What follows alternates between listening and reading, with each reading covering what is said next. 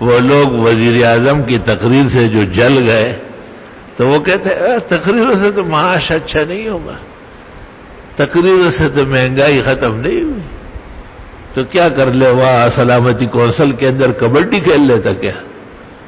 وہاں تو کبڈی اور کرکٹ نہیں کھیلا جاتا ہے، وہاں تو تقریریں کرنی ہوتی ہے۔ حقیقت یہ ہے کہ بیش بہا بیان ہوا ہے، اور اللہ نے اس شخص کو درد دل سوز جگر دیا ہے، یہ ماننا پڑے گا۔ افسوس کہ اس کو کارندہ قسم کی ٹیم نہیں ملی، ایسے حسین جمیل لڑکوں کو جمع کیا ہے، وہ چمک دمک میں تو بہت اچھے ہیں، لیکن کام کے لیے تو خڑ پڑ ایسے بنیادی قسم کے لوگ چاہیے جو پورا مہم چلائے۔ بینک کے اندر اسد عمر کو رکھا تو اس نے اسد کا کام نہیں، گیڑوں والا کام کیا۔ بس اس قسم کے لوگوں نے ان کا ارد گرد تو خوشگوار بنایا ہے، لیکن یہ بات بھی ماننے کی ہے کہ جب اس کو اندازہ ہو جاتا ہے کہ یہ میرا محبوب ہونے کے باوجود نااہل ہے تو اس کا سر قلم کرتا ہے اور فوراً اس کے خلاف ایکشن لیتا ہے۔ ہمیں تو سیاسی باتیں آتی بھی نہیں ہیں اور ہمیں زیادہ کرنی بھی نہیں ہے، ادھر مولانا بھی خفا ہوتے ہیں، وہ میدان میں اترے ہوئے ہیں، اس دن بھی یہاں آئے تھے، ہونٹ سوکھے ہوئے تھے ان کے،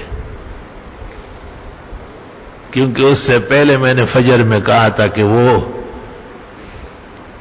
امریکہ میں ہر ملک کے بادشاہ اور وزیر اعظم کو منتیں کرتے ہیں کہ ہمارے ساتھ نریندر مودی اور موزی کے خلاف مقبوضہ کشمیر کے مسلمانوں کو تکلیف سے نکالنے کی مدد کریں، اور در بدر خاک بر سر پھر رہا تھا۔ افسوس کہ ہم ان کے لیے یہاں کھڈے کھود رہے، کچھ تو انصاف ہونا چاہیے تھا۔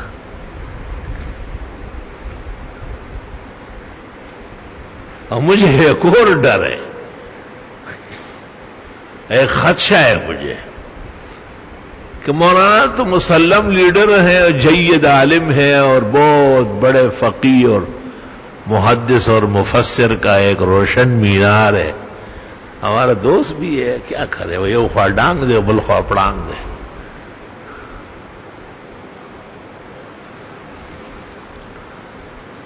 سویل عمر شروع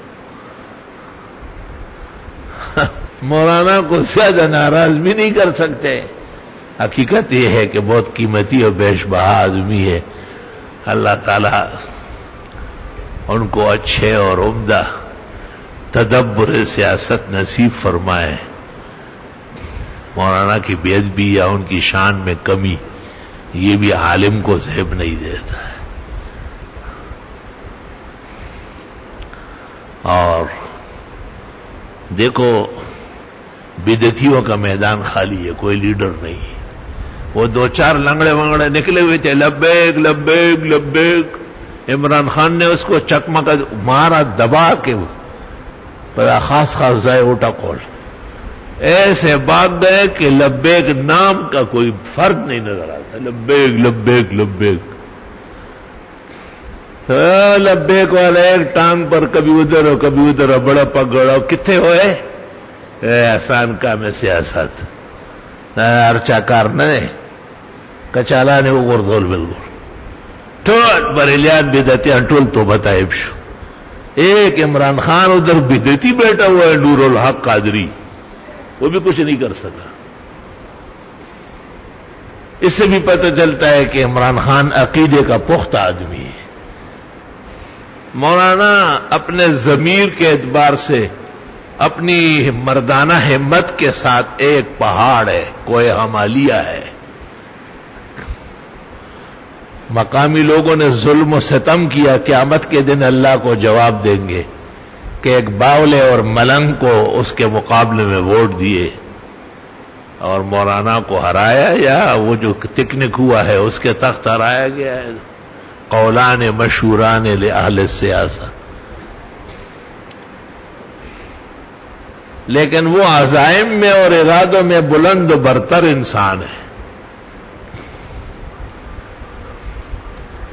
اس لیے مجھے یہ خوف اور ڈر سا لگ رہا ہے کہ کہیں ایسا نہ ہو کہ مولانا اسلام آباد کو بند کر دے اور وہاں پر دھرنا دے اور ادھر ہندوستان پاکستان پر حملہ کرے. یہ بہت خطرناک بات ہوگی. لوگ کہیں گے کہ یہ اندر والے اور باہر والے برابر ہیں. یہ مجھے ایک ڈر ہے. اللہ کرے اللہ ہندوستان کو کبھی ہمت نہ دے اور مولانا کو بھی اچھے تدبر سیاست سے مالا مال فرمائے. ہاں بے شک عمران خان سے ان کو بہت زیادہ ناراضگی ہے اور شاید دنیا میں کسی کو کسی سے اتنی ناراضگی نہیں ہوگی. تو یہ غیرت اور یہ غصہ اگر اللہ کے لیے ہے تو اللہ تعالیٰ انہیں کامیاب فرمائے. نہ ملک کو نقصان پہنچے، نہ اسلام کو نقصان پہنچے، نہ ان کے ساتھ احتجاج کرنے والوں کو کوئی نقصان پہنچے، اور مثبت طریقے سے آرام امن راحت کے ساتھ. اور اگر عمران خان برحق ہے اور وہ واقعی اسلام تو یہی بس مدینے کا نام ہے اور شہزادہ محمد بن سلمان کی دوستی ہے، باقی تو اللہ تعالیٰ خیر فرمائے. تو ہمارا پاکستان اب بہت زیادہ لڑکڑا رہا ہے. ہمیں اپنے اس ملک کی بھی فکر ہے. حب الوطن من الایمان، وطن سے محبت کرنا ایمان کا تقاضا ہے. یہ گو حدیث رسول نہیں ہے لیکن کسی عقل مند کا کہنا ضرور ہے.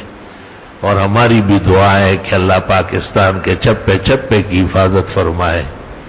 حکمران کے ذریعے ہو، جن کے یا ان کے بعد آنے والے یا سیاسی زعماؤں کی خیر سگالی سے ہو. اللہ تعالیٰ دینی مدرسے، علماء، طلباء، نمازی، تبلیغی، کلمہ گو مسلم جس سرزمین پر ہے جہاں ہے، اللہ اس کا حافظ و ناصر معین و مددگار رہے.